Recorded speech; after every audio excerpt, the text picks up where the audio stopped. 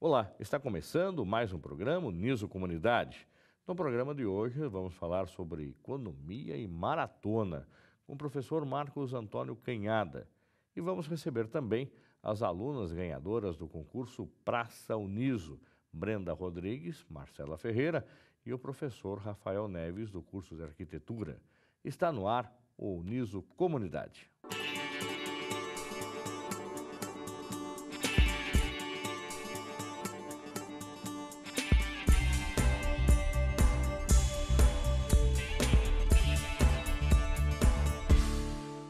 Começamos o programa Uniso Comunidade com a presença do professor Antônio Canhada, que além de economista, mudou a rotina do dia a dia. Agora ele é maratonista. Professor Marcos Antônio Canhada, muito obrigado pela sua presença, como de praxe no nosso programa. A gente quer conhecer um pouco mais o perfil do nosso entrevistado. Gostaria que o senhor falasse a respeito da sua formação, onde o senhor fez graduação, a sua titulação acadêmica e quanto tempo está na Uniso. Olá, Fernando, muito obrigado pela oportunidade, agradeço, gostaria de expressar aqui a minha satisfação em estar aqui nesse canal muito importante para a nossa cidade de Sorocaba. Eu sou economista formado pela Universidade de Sorocaba, a primeira turma da Universidade de Sorocaba. Então, completamos agora 25 anos de formados. O curso de economia existe na Universidade de Sorocaba há 30 anos. Além de economista, sou pós-graduado em qualidade e produtividade e sou mestre em engenharia de produção. Me formei em mestre em engenharia em produção em 2002. De lá para cá tenho atuado no meio acadêmico. Na Universidade de Sorocaba estou já há 9 anos na área de economia, aqui atuando em diversos cursos. Economia, felizmente, está presente em uma grande gama de cursos da universidade. Estamos em medicina veterinária, estamos em administração, engenharia, levando conceitos, fundamentos de economia para os alunos dessa universidade. Tem uma pergunta que os alunos fazem muito para a gente enquanto docente, se além de dar aula, o senhor trabalha. Exatamente. É como se dar aula não fosse um trabalho. Para nós é um prazer muito grande, com certeza. Porém, é uma atividade remunerada, uma atividade profissional. Mas o senhor tem alguma outra atividade além da sala de aula? Exatamente. Eu sou empresário do segmento de reparação automotiva.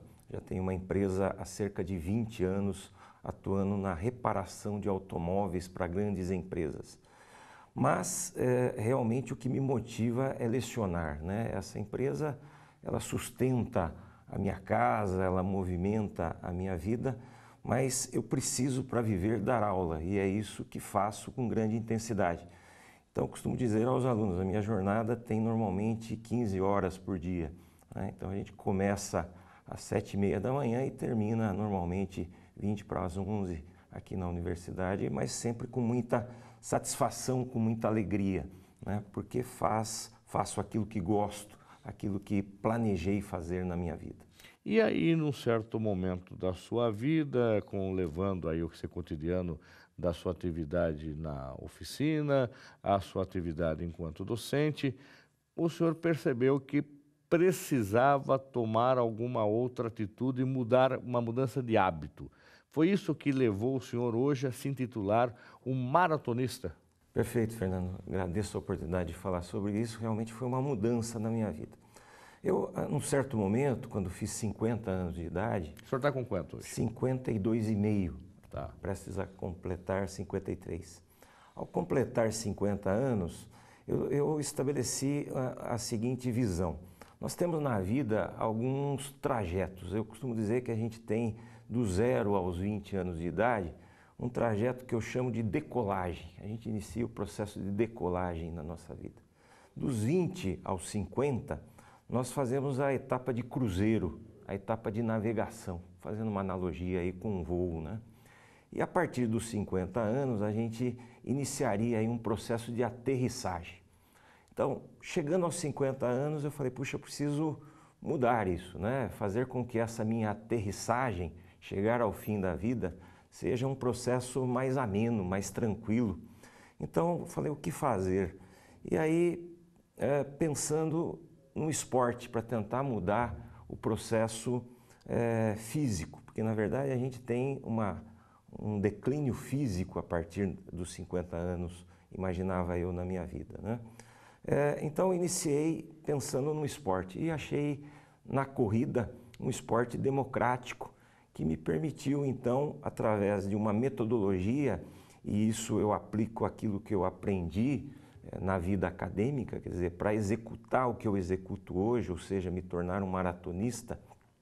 Explicando aí para o pessoal, maratonista é aquele que correu uma maratona e pretende correr outra. É nesse estágio que eu estou, me preparando para correr a maratona. Ela tem uma quantidade de quilômetros adequado para se titular maratona, senão é uma corrida de rua. Perfeito. Maratona tem 42.129 metros. Okay. O problema é correr os 129 metros. Tá, o 42 mil vai 42 tranquilo. 42 mil a gente vai até que relativamente tranquilo. Agora os 129 metros... Tá, aí entra do lado da maratona. É maratona. Tá. Eu diria que o ser humano tem um limite, quer dizer, correr meia maratona é bastante tranquilo. Imagina, 42 quilômetros é uma distância razoável. Exatamente. Então, é um processo bastante... Mas daí o senhor começou do zero, vamos imaginar, quando o senhor chegou aos 50 anos, o senhor tinha atividade física todos os dias, frequentava uma academia, jogava bola final de semana, e agora falou assim, bom, agora além de tudo isso, eu vou agora canalizar minha energia para a corrida e para a maratona. Fazia ou não? Não, Fernando, eu era um sedentário. Sedentário? Sedentário, tá. Um cara que vivia de forma sedentária. E realmente foi uma mudança radical. Difícil fazer isso, é isso que a gente quer vender. Quer dizer, você precisa de determinação, objetivos pré-determinados e iniciar. A grande dificuldade do ser humano em estabelecer qualquer jornada na sua vida, não somente na maratona, mas iniciar um curso, mudar de trabalho. Na verdade, a gente precisa primeiro planejar, né? Eu costumo dizer a aplicação do ciclo PDCA, que a gente aprende na universidade, né? Planejar, fazer, checar, verificar resultados. Planejar novamente, executar, checar, verificar resultados. Então, surgiu do nada. Como eu disse, aos 50 anos eu falei, puxa, declínio, vou mudar isso. Vou estabelecer um mecanismo para combater essa condição. Iniciei esse processo de forma pequena, correndo pouco. O senhor teve algum acompanhamento, algum professor de educação física, ou o senhor leu alguma literatura? O que de repente falou assim, olha, qual é o melhor percurso que eu vou correr? Tá, eu aguento tanto, foi ao médico antes, ou agora vai? Não, eu fui meio autodidata, não recomendo isso, seria bom ter um apoio, né, de um especialista. Mas eu não tive esse tempo, acabei lendo, estudando, comecei de uma forma bastante inicial. Médico, sim, esse é um item que eu recomendo, periodicamente, anualmente, checar com o cardiologista como é que estão essas condições. Acabei de fazer isso para iniciar um novo processo. Então, na verdade, acabei autodidata, iniciando devagarzinho, é isso que eu recomendo sempre. Na verdade, você não vai correr 42 quilômetros do dia para a noite. Não dá para sair de casa, parar o cronômetro e... Pum, exatamente. Cheguei. Comecei correndo 1 quilômetro, comecei correndo 2 quilômetros, 5 quilômetros, mas sempre comemorando, Fernando, isso é importante, as conquistas, né? Aumentando a velocidade. Hoje eu sou um maratonista que realiza a maratona em 3 horas, 58 minutos e 39 segundos. Eu sou um maratonista sub-4, muito longe lá do profissional, do maratonista olímpico, que faz isso em 2 horas e 3 minutos. Mas para o meu patamar, para aquilo que eu estabeleci, do ponto que eu saí... Do zero, numa idade já avançada, né, eu considero que isso foi bastante profícuo na minha vida. E isso mudou muito a minha vida, isso é importante. O senhor tinha esse hábito, aí começou a criar o hábito de diariamente começar a fazer essa corrida até chegar a esse objetivo da maratona? Exatamente, Fernando. A corrida é um processo muito solitário, né? Você quando sai correr é muito difícil. Toda vez que vou correr até hoje, eu digo o que você vai fazer? Porque você inicia um processo, eu faço 2 meias maratonas por semana, né? Então no sábado eu corro 20 quilômetros, no domingo eu corro 20 quilômetros. Nos meus treinamentos, eu faço isso periodicamente há 2 anos e meio. E é muito difícil isso, porque você sai sozinho, né? E você quer parar. a sua tendência é falar, puxa, isso é cansativo, né? Eu poderia estar em casa tomando uma cervejinha, descansando. Então você tem que iniciar um processo metódico, determinado. Então, iniciei. Hoje para mim é um prazer, normalmente quando eu estou na metade da corrida. Iniciar para mim continua sendo muito difícil. Como iniciar qualquer atividade na nossa vida sempre é muito difícil, né? Dar um pontapé inicial. Mas quando eu estou no meio e quando eu estou chegando ao final... Essa adrenalina te motiva cada vez mais? Muito, muito. Isso para mim é muito importante. E ao terminar esses processos, Fernando, a gente está sempre muito mais motivado para viver. E é isso que, voltando naquela minha analogia, o que eu estabeleci é que eu queria, a partir dos 50 anos, ter uma qualidade de vida motivada, né? Já tenho a minha motivação hoje, que é dar aula, isso me dá muito prazer, muita satisfação. Estar na Universidade de Sorocaba é uma alegria muito grande. Associei a mais uma motivação. Isso vai fazendo com que a gente possa chegar naquela aterrissagem, eu estou nesse processo de aterrissagem, mas que eu possa ter uma aterrissagem mais suave, mais amena e que eu chegue ao final da minha vida com uma qualidade de vida. Mas é importante deixar claro que a gente precisa se utilizar de ferramentas adequadas, né? Você tocou nesse assunto, buscar uma assessoria, buscar um apoio médico e se utilizar de ferramentas, né? Para correr, eu preciso de ferramentas, eu preciso de um relógio que me monitore, eu preciso de roupas especiais que me deem condições. Tem um caso curioso, logo que eu comecei a correr, comecei a imprimir trajetos mais longos, eu terminava o processo e eu acabava sangrando. A camisa chegava no final sangrada. Os mamilos acabavam sangrando de atrito com as camisetas. Usava camisetas inadequadas. Hoje eu tenho que usar camisetas especiais, né, para que chegue ao final e não tenha esse tipo de transtorno. O tênis tem que ser específico, adequado, preparado, a meia. Eu corri a última maratona, Maratona Internacional de São Paulo, e resolvi trocar uma meia de último momento. Foi a pior coisa que eu fiz nessa maratona, porque ela não estava adequada e comecei a sentir um atrito lá nos 35 quilômetros, num momento que eu não podia ter mais transtornos. Sentir uma meia pegando foi um transtorno no final. Quer dizer, tudo isso tem que ser preparado, tudo isso tem que ser alojado dentro do seu processo de resultado. A primeira maratona do senhor foi quando? Foi o ano passado. Então eu estou correndo há 2 anos. Delas? Foi a maratona de Sorocaba. Primeira maratona de Sorocaba, nós vamos ter agora a segunda maratona de Sorocaba, é um processo bastante interessante que está sendo desenvolvido. Eu acho que Sorocaba tem esse potencial turístico e a maratona é um mecanismo que movimenta a sociedade. Então resolvi correr a primeira aqui em Sorocaba. Aí quais foram as outras? Aí eu corri a segunda, né? Na verdade foi a segunda maratona, que foi a Maratona Internacional de São Paulo. Uma maratona muito difícil, uma maratona que tem relevos na cidade de São Paulo, sai ali do Ibirapuera e vai até a cidade universitária e retorna, túneis, subidas, uma maratona que os maratonistas costumam evitá-la pelo seu grau de dificuldade. Então, na verdade, eu corri 2 maratonas, em 2 anos e meio, 2 maratonas. Independente do treinamento, que o senhor falou que isso é diário hoje. Isso é diário. Aí eu corro 2 meias maratonas treinando por semana, né? Eu tenho um objetivo que estabeleci lá atrás, quando comecei a correr, que é dar meia volta ao mundo em 5 anos. Esse era o meu objetivo inicial. Quer dizer, quilometragem percorrida, é isso? Em quilometragem percorrida. Esse é um objetivo que eu estabeleci. Quer dizer, a gente precisa ter objetivo, isso é importante, né? Então, a toda semana eu tenho objetivos de correr 50 quilômetros por semana. Então, esteja onde estiver, esteja chovendo, esteja fazendo frio, esteja com uma unha doendo, esteja com uma gripe iniciando, eu tenho um processo de correr 50 quilômetros por semana e venho fazendo isso já nesses 2 anos e meio, desde o processo que eu completei exatamente os 50 anos. 50 anos foi o marco que me motivou a iniciar esse processo. Isso te estimulou mais, professor Marcos Canhada, ao seu cotidiano do trabalho enquanto empresário, enquanto professor? Isso te deu uma nedralina diferente, um ritmo diferente de atuação também profissional? O senhor percebeu isso? O aluno falou, professor, o senhor está mais ágil, está mais esperto, o senhor está com uma cabeça diferente. Teve algum retorno nesse sentido? Sem dúvida, Fernando.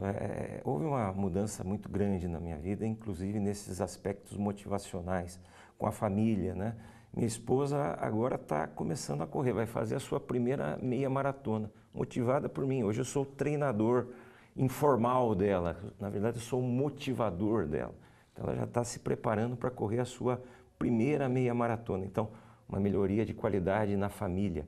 Com os alunos a mesma coisa, quer dizer, eu aplico muitas vezes, quando estou ensinando alguma coisa, mostro um pouco dessa minha trajetória, motivando que a vida pode se conseguir objetivos. Aquele aluno que está iniciando aqui na universidade, que ainda tem algumas dúvidas, né?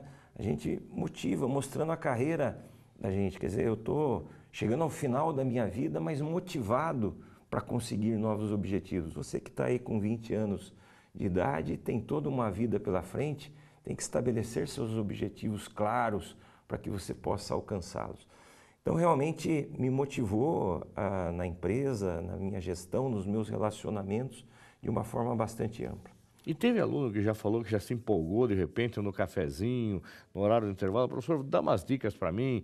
Olha, que tênis que o senhor usa? O senhor falou da camiseta. Onde que o senhor comprou a camiseta? O short é para eu começar? Ou a menina, o menino? Já tem conversas desse tipo? Constante.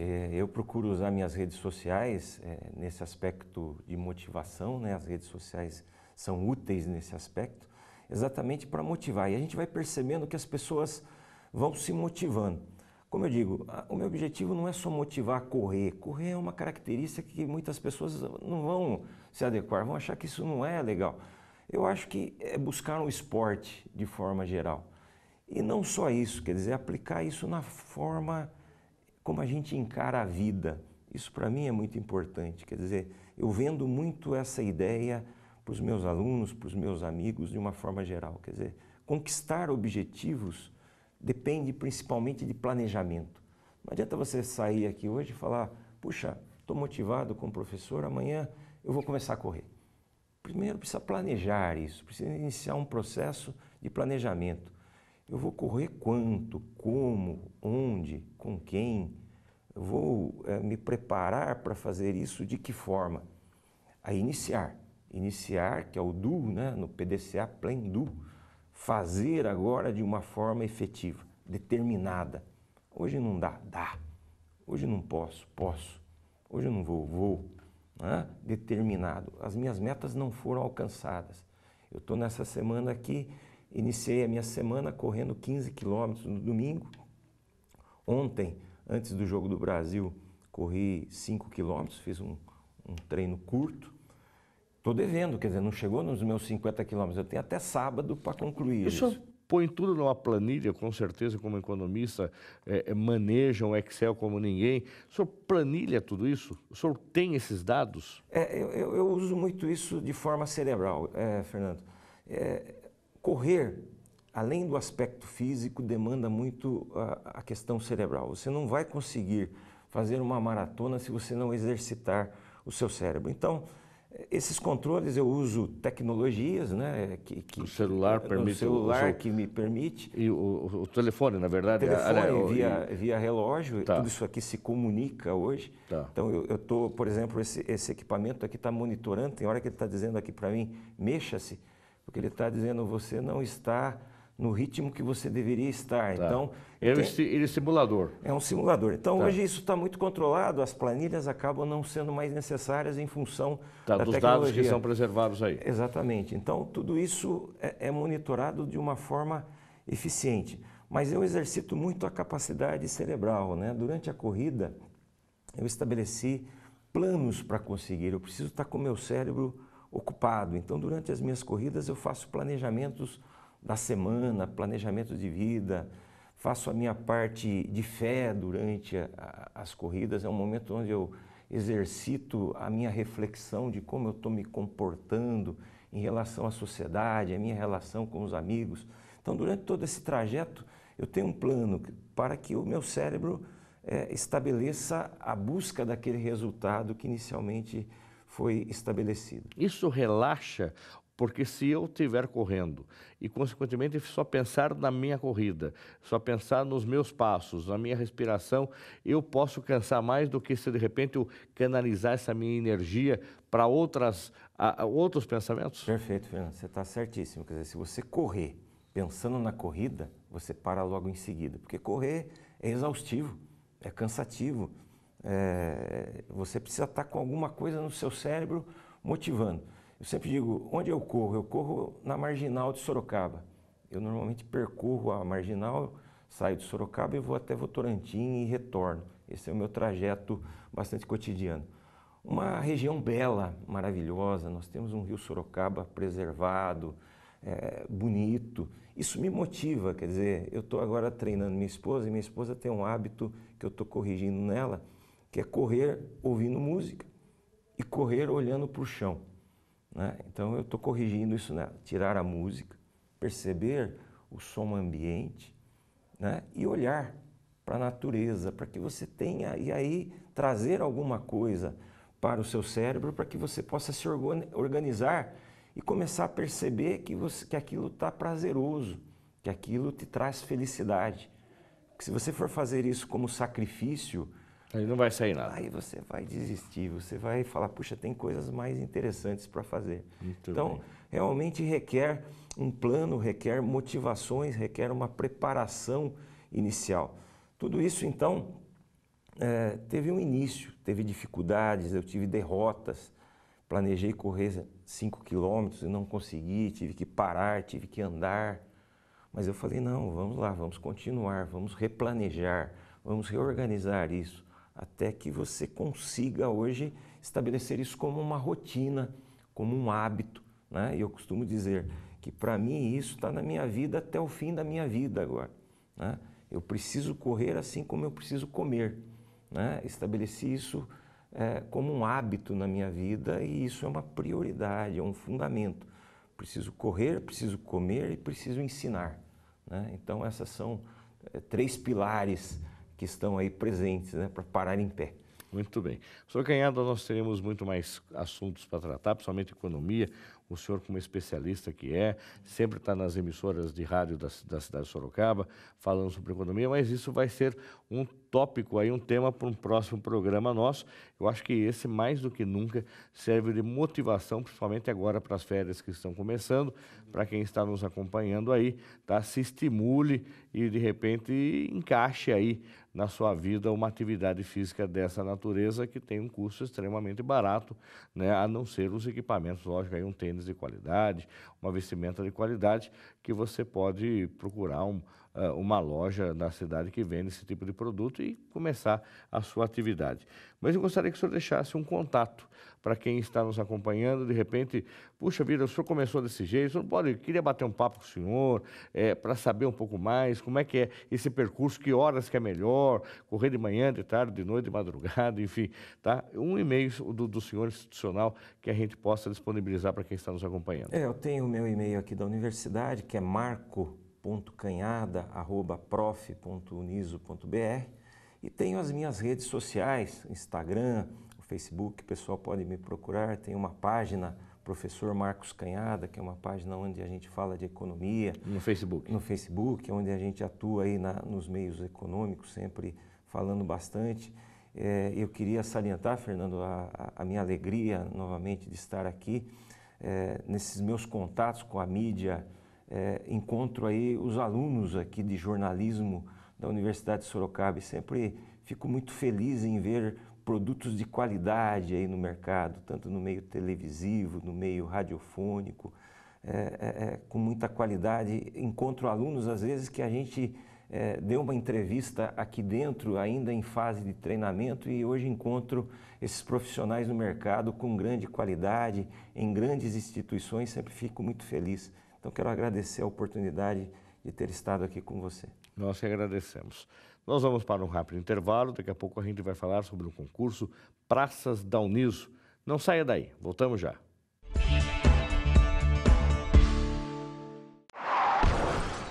cada 1000 atropelamentos, apenas 9 saem ilesos. É na faixa que o respeito pede passagem.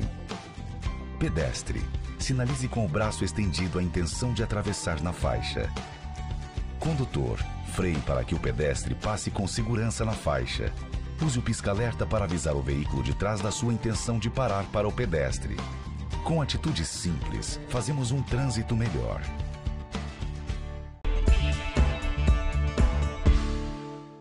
Voltamos com o programa Uniso Comunidade. Estamos recebendo agora o professor de Arquitetura e Urbanismo e organizador do concurso Praças da Uniso, Rafael Neves, e as alunas e ganhadoras do concurso, Brenda Rodrigues e Marcela Ferreira. Nós vamos falar então a respeito desse importante evento que nós até anunciamos aqui no programa Uniso Comunidade há um tempo, quando ele foi lançado.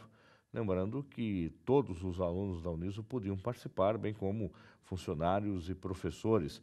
E eu quero conversar inicialmente com o professor Rafael a respeito de como é que surgiu essa ideia do concurso Praças, ou seja, a universidade ela tem uma área muito grande e nós temos alguns ambientes, alguns espaços que hoje são cobertos por grama entre os blocos. E aí é que surge, né, a possibilidade de utilizar desse espaço de outra forma. De quem foi a ideia, se foi do curso de arquitetura e como é que foi montado, de repente, todas as normas e o regulamento para que pudesse ser feito esse concurso?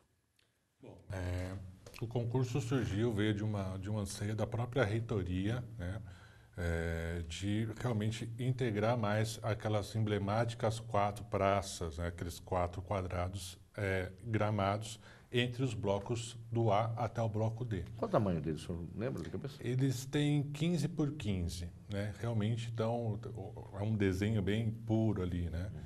E a ideia, na época o reitor Fernando apresentou ao nosso coordenador Fabrício, do curso de arquitetura, sobre uma possibilidade de fazer um concurso, né? E nós trabalhamos em cima de um possível edital, um edital que trabalhasse essa ideia do concurso, que abrisse também para toda a comunidade da Uniso, né? Então, a função do edital foi realmente dar as bases para desenvolvimento do projeto, visando a integração dessas 4 praças, dessas 4 grandes quadrados verdes, no fluxo e da convivência dos alunos da Uniso. Aí foi feito um regulamento, esse regulamento foi muito criterioso, mas também aberto à participação de alunos de outros cursos, com a possibilidade de trazer uma atividade interdisciplinar aí, ou até intercursos. E como é que foi feita as normas do regulamento? Como se fosse feito as normas de um concurso público, praticamente assim?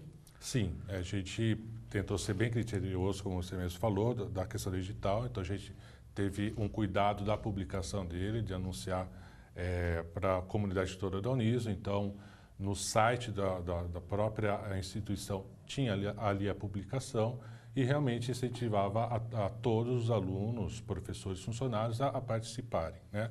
Apesar do número de inscritos ser totalmente pelos estudantes de arquitetura, né? Que eu acho que ficou um pouco mais próximo, talvez, da realidade deles, né? E quantos inscritos nós tivemos, professor? Tivemos 10 inscritos. 10 projetos. 10 projetos. Tá.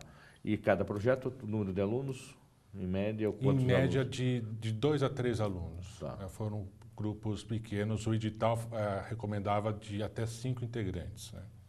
Muito bem. E aí, quem foram os responsáveis pelas avaliações desses projetos?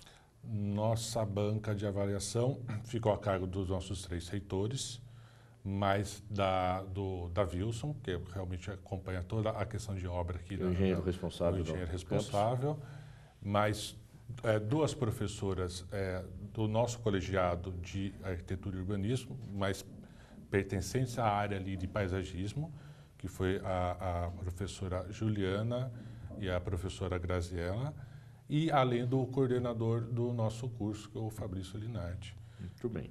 E aí foi anunciado, então, num grande evento que a Uniso teve, nós até comentamos aqui, trouxemos o reitor da Uniso, que foi intitulado a Uniso Summit, onde nós tivemos ali praticamente 16 horas de reunião, onde os coordenadores foram apresentando as atividades desenvolvidas ao longo do semestre e, nesse momento, os alunos de arquitetura estavam lá convidados e foi anunciado o ganhador da Praça Uniso.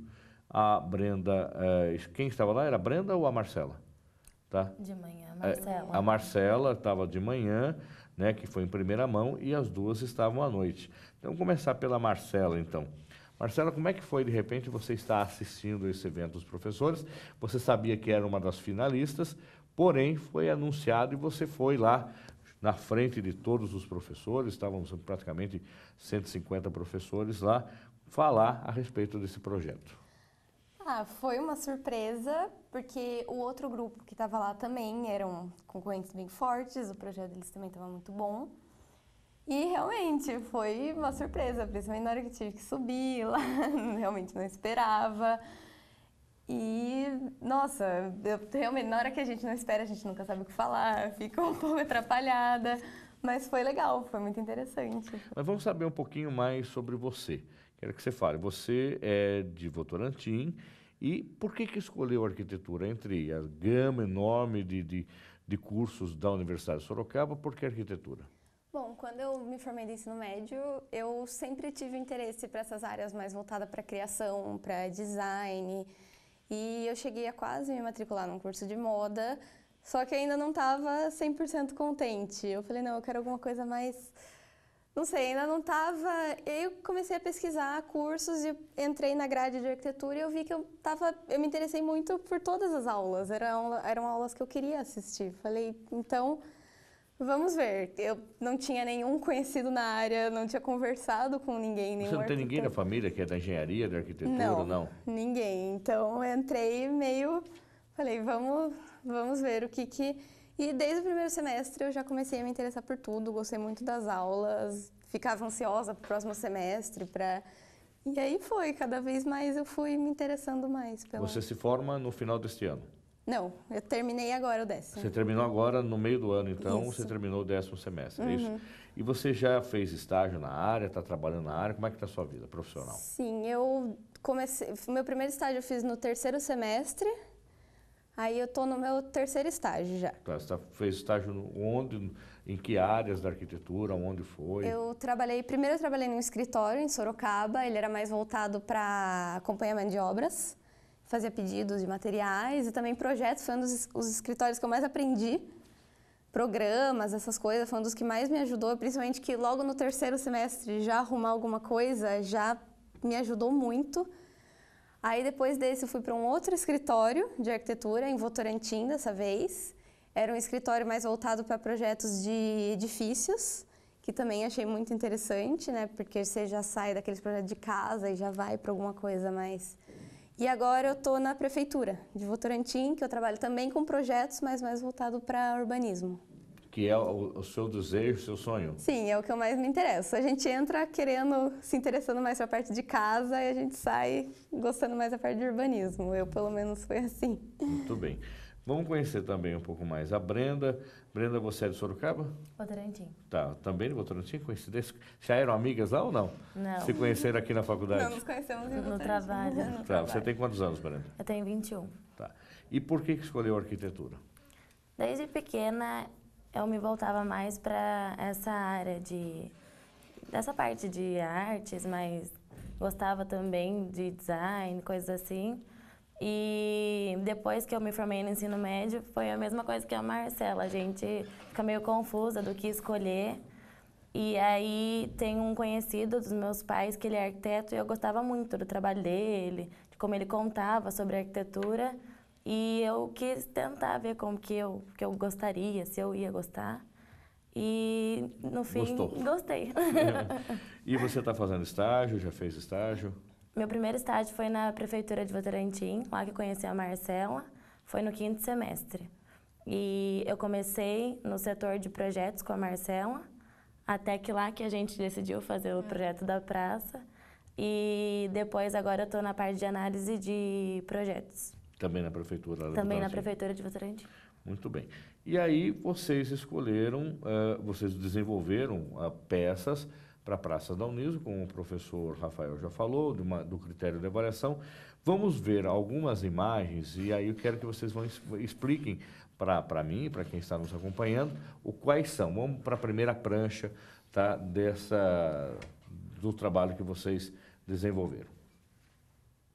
Bom, aqui então, vou perguntar para o professor Rafael primeiro. Essa área toda que a gente está vendo é toda a área da universidade onde nós temos aqui os prédios, é isso? Prédio A, B, C e D, e aqui é a biblioteca. A biblioteca não, é o prédio administrativo, a biblioteca é para cá. Então, essas aqui são as ditas praças. As ditas praças, tá. Né? No edital mesmo, a gente até dava uma possibilidade de ter temas para cada praça, isso também ficaria a cargo de cada proponente, né? Tá, então as praças tinham temas. Na segunda prancha, a gente já consegue enxergar quais foram os temas que cada praça tinha, que já vai estar na tela. Aqui nós temos. Aí eu quero saber das meninas, ver que entre vocês quem quer falar, ou cada uma falar uma aí, qual era o conceito da praça cívica? O que a Uniso queria com isso? A praça cívica era para interagir as pessoas que chegam de impacto assim na Uniso e vão direto para o bloco administrativo. Então a gente queria que ela fosse acolhedora e que as pessoas pudessem interagir naquele espaço, conviver, sentar, ter um lugar para conviver mesmo. Ali, inclusive, onde estão os maços das bandeiras hoje, é isso? Isso, ali. Tá. E essas bandeiras também fazem parte do projeto, é isso de vocês? Sim, a gente não posicionou elas ali, mas a gente respeitou o lugar onde elas estão atualmente. Então, a gente não construiu nada onde elas estão. Mas a Praça Cívica, a gente colocou um deck principal, que ele aparece em todas. Nela, a gente colocou também o pergolado. Ele tem uma jardineira em cima. E criou um mobiliário para que as pessoas utilizassem aquele local. Muito bem, então vamos ver então algumas imagens que vocês produziram. Eu acho que fica mais claro para quem está assistindo ao programa entender um pouco mais do desenho, do layout dessas praças. Vamos primeiro conhecer a Praça Cívica. Tá, queria que vocês falassem então o que a gente está vendo aí. Vocês estão vendo o mobiliário que foi criado, são esses bancos, uns de madeira, outros de concreto. A passarela principal, que ela vai aparecer em todas, foi o eixo que a gente decidiu criar para que elas tivessem uma conexão. O pergolado ao fundo, ele tem uma jardineira em cima dele, ela ajuda a proteger do sol e criou um aspecto legal para a praça, a gente gostou bastante.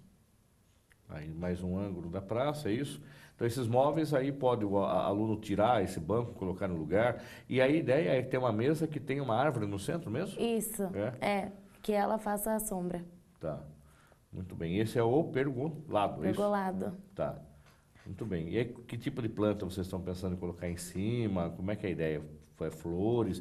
Essa sugestão também vocês vão dar para o pessoal de paisagismo da Uniso? Como é que funciona? Eu acho que mais o gabarito a gente define, que é uma coisa mais média, baixa, para não fugir tanto disso que a gente planejou. Ok. Aí a gente está vendo aqui tem um trecho de grama. Existe um trecho de concreto também ou não? Sim. Ah, é? A gente criou o piso também pensando na passagem dos alunos, das pessoas. Certo. Então isso aqui é concreto que a gente está vendo Sim, aqui. Ok. Um outro piso grama. E outro piso grama também. Tá. Uma coisa legal é os recortes que a grama faz. Ela cria como se fosse o encaixe de todas as praças. O intuito era que elas se conectassem. Então, foi criado isso para que todas fossem semelhantes e dessem essa impressão. Foi como se fosse um quebra-cabeça uma montagem ali. Tá, então vamos a outra praça, que é a Praça Ciência, que vai ficar entre o bloco B. Essa é a Cívica ainda? Essa ciência, não, é Ciência. Ciência. Vai ficar entre o bloco B e C, é isso? Isso. A e B. Não, A e B. A e B, Isso, tá. Praça Ciência. Também mantém as mesmas características dos móveis, ok? Isso? Isso. As ciências, como o nome dela diz mesmo, ela é voltada já para alguma coisa para tecnologia. Nós pensamos em mobiliário também pensando para estudo.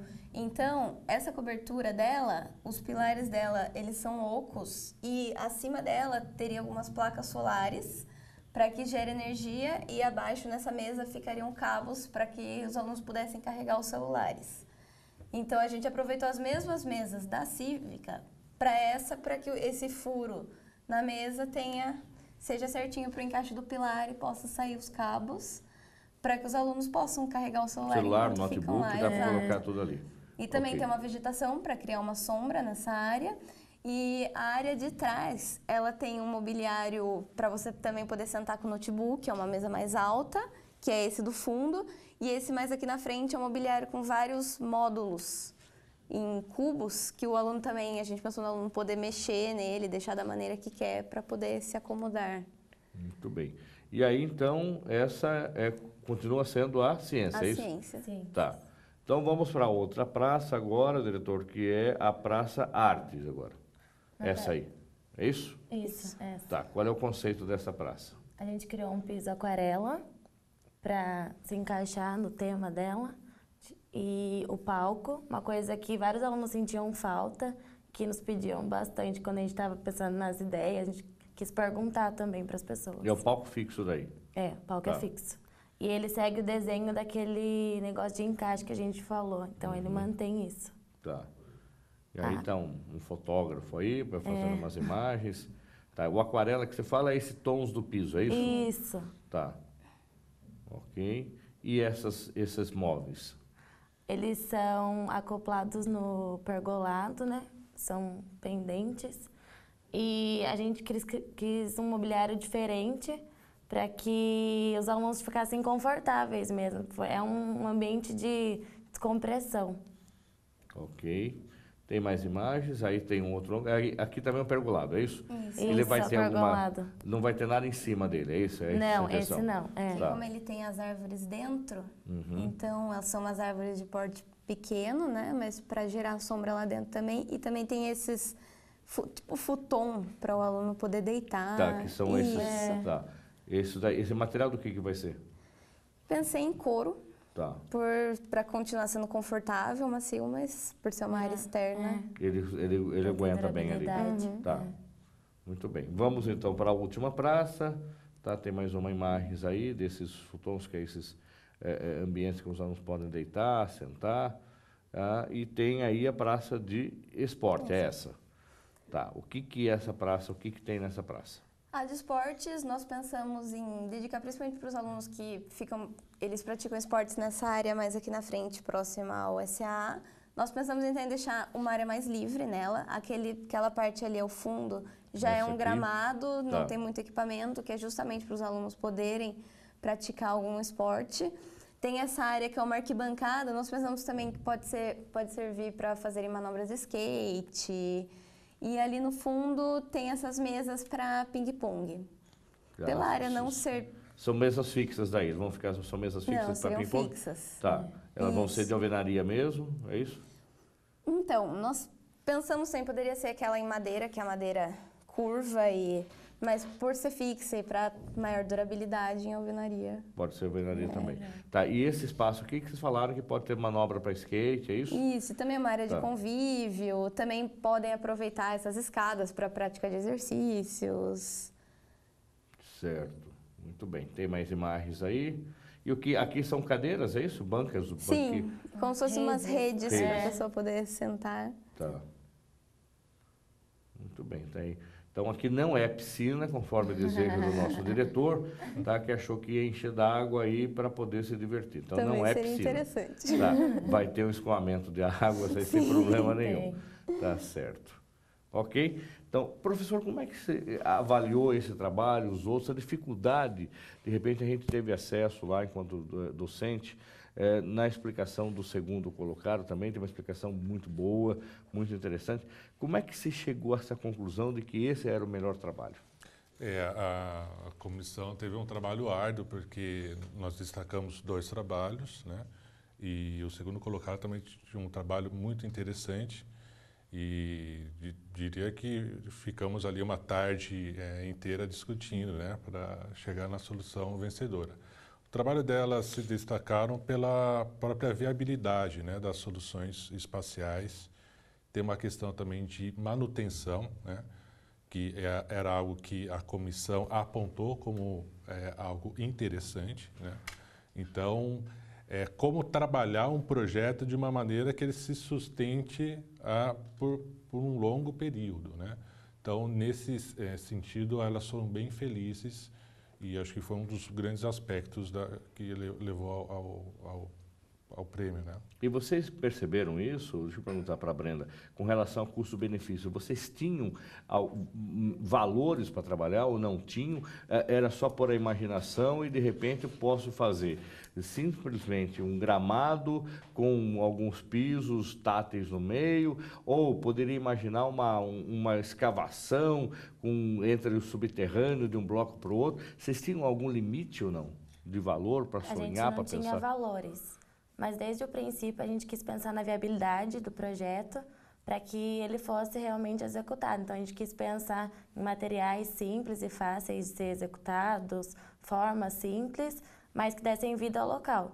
Sempre pensando na viabilidade e em como ia ser feito aquilo. Então a gente quis pensar desde o centro do pilar passar o fio e gerar tecnologia, mas que fossem materiais simples de ser executados. Agora, é uma dificuldade, Marcela, quando a gente não tem valor do projeto. Você pega um cliente, por exemplo, ele fala, olha, eu quero fazer um paisagismo. Daí você fala, você quer gastar quanto? Ou você acredita que o cliente deve deixar você à vontade para sonhar e de repente você sonhou, gastou R$1 milhão, ele fala, olha, mas eu só tenho 10 mil para gastar.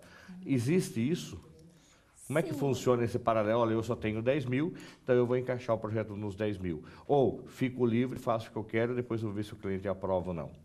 Sim, é muito mais fácil quando a pessoa chega já com o valor para você trabalhar dentro dele. Mas a pessoa também tem que ter aquela noção de que esse valor você pode fazer tal coisa.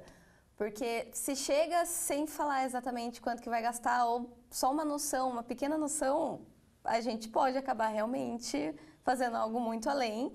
Porque a gente, principalmente aqui na faculdade, nos nossos trabalhos, a gente não trabalha pensando nisso, porque é a oportunidade da gente poder fazer coisas mais além. Só que uma coisa que nos ajudou principalmente é no nosso trabalho lá na prefeitura, a gente trabalhava muito com valores extremamente baixos. Então a gente meio que projetou pensando um pouquinho, como que a gente faria para tornar real mesmo. Agora, professor, com relação a essa viabilidade, esse projeto vai ser colocado em prática? A universidade já se comprometeu a implantar isso? E mais ainda, o que elas ganham com isso? É o nome perpetual, ser permanente na história da Uniso? O legal é que acho que o grande prêmio é que, de fato, o projeto será concretizado, né? Agora a gente entra numa segunda etapa de fazer um novo calendário justamente para o desenvolvimento dessa proposta. Aí, mas a Marcela já está se formando, a Brenda fica responsável por isso. Vai se virar sozinha agora, perdeu a companheira. Ou não, a Marcela não vai deixar. Vai ficar junto. Eu pretendo continuar aqui ainda, então. Tá, não mais como aluna, mas de repente já ajudando no projeto. Exatamente, é isso, professor? Exatamente. E aí, como até o próprio edital dizia, é pertinente até nessa etapa sugerir algumas modificações. Isso é natural no desenvolvimento do projeto para realmente torná-lo viável, né? Questões de materiais, de especificações mais precisas de vegetação.